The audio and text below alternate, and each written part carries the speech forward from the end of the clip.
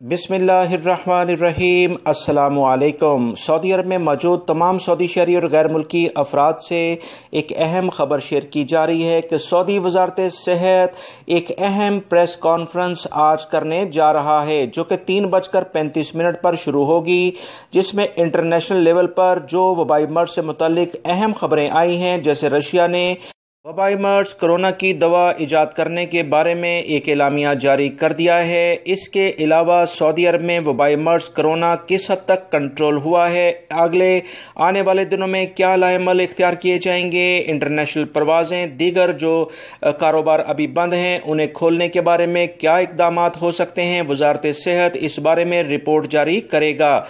Saudi अरब के शहर Riyadh में जो अहम एक बड़ा हॉस्पिटल जिसे किंग साउद हॉस्पिटल कहते हैं, इसमें वबाई मर्ज कोरोना से मुतालिक जो एक अहम सेक्शन था उसे बंद कर दिया गया है।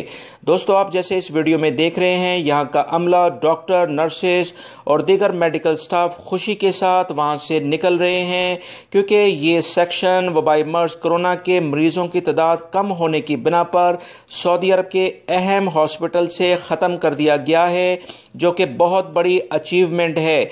आप ये देखें कि इस वीडियो में कैसे खुशी का इजहार किया जा रहा है।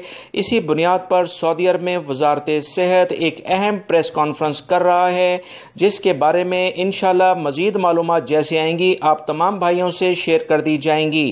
सऊदी अरब के हुक्काम ये कहते आ रहे हैं कि वबाई मर्ज कोरोना की बुनियाद पर ही इंटरनेशनल परवाजें बंद हुई थीं। इसके खात्मे का जैसे ही एलामिया वजारत सेहत की जानिब से जारी होता है, इंशाल्लाह इस बारे में अच्छी खबर तमाम अफराद से शेयर कर दी जाएगी। एहतियाती तदाबीर के साथ सऊदी अरब में इंटरनेशनल परवाजें जैसे ही बहाल होंगी, गैर मुल्की और सऊदी शहरियों के लिए बहुत आसानियाँ हो जाएंगी।